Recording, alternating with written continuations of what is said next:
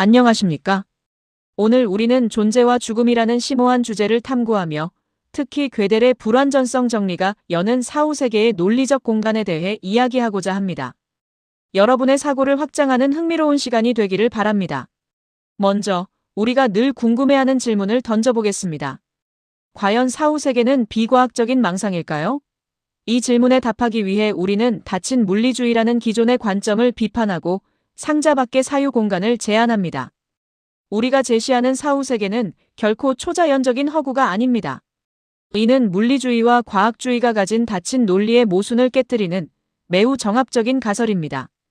이제는 실제 전체를 온전히 포획하지 못하는 물리적 체계의 한계를 인정하고 그 바깥을 사유해야 할 시점이라고 생각합니다. 이러한 사유의 출발점에는 바로 닫힌 체계의 불가능성을 증명한 괴델의 불완전성 정리가 있습니다. 괴델은 어떤 무모순적인 체계도 스스로 완전할 수 없다고 선언했습니다. 즉, 정합성 즉 무모순성과 완전성은 하나의 체계 내에서 동시에 양립할 수 없다는 의미입니다. 불완전성의 핵심은 체계 내에서 증명될 수 없는 참인 명제가 반드시 존재한다는 것입니다. 이는 스스로 모든 것을 설명하는 자기완결적 세계가 논리적으로 불가능하다는 결론으로 이어집니다. 괴델의 이러한 통찰은 괴델적 존재론이라는 새로운 관점을 제시합니다. 괴델적 존재론은 존재는 무한하고 비계산적이며 자기완결적이지 않다고 말합니다. 형식 체계의 해체라는 측면에서 볼 때 자기완결성의 불가능성은 닫힌 체계로서의 세계라는 낡은 관념을 철학적으로 완전히 붕괴시킵니다. 이는 사후세계의 존재를 직접적으로 증명하는 것은 아니지만 사후세계가 존재할 수 있는 논리적, 철학적 공간을 완벽하게 허용하며 형이상학적 공간을 확보해줍니다. 따라서 우리는 다층적으로 열려있는 우주를 상정할 수 있습니다. 현실적 세계는 결코 자기완결적일 수 없으며 모든 체계는 항상 자신을 넘어선 상위층위의 실제를 필요로 합니다. 이러한 상위 수준의 실제에 대한 논의는 현대 물리학의 다중우주 개념이나 베르그송의 지속, 들뢰즈의 존재의 평면들과 같은 다양한 철학적, 과학적 관점과 맞닿아 있습니다. 이는 우리가 사는 세계가 단순히 단일하고 고정된 것이 아니라 끊임없이 확장되고 변화하는 다층적인 구조를 가졌음을 시사합니다. 이러한 관점에서 우리는 절대적 소멸이라는 개념을 해체할 필요가 있습니다. 만약 절대적 전체가 존재하지 않는다면 절대적인 시작과 끝 또한 존재하지 않습니다. 따라서 완전한 비존재는 논리적으로 불가능합니다. 죽음을 새로운 배치로 재정의할 수 있습니다. 죽음은 절대적인 소멸이 아니라 존재 구조의 다른 층위에서 지속적인 파동으로 이어지는 과정이며 새로운 형태의 배치라고 볼 수 있습니다. 이 슬라이드에서는 세계와 죽음을 바라보는 두 가지 시선, 즉 물리주의와 괴델적 존재론 간의 패러다임 전환을 비교하고자 합니다. 물리주의가 세계관을 자기완결적인 닫힌 세계로 보는 반면 괴델적 존재론은 상위층위로 열린 전체로 이해합니다.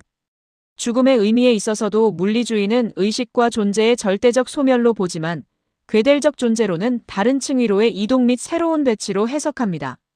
마지막으로 사후세계의 성격에 대해 물리주의는 비과학적 허구와 미신으로 치부하지만 괴델적 존재론은 논리적으로 허용된 확장된 자연으로 받아들입니다.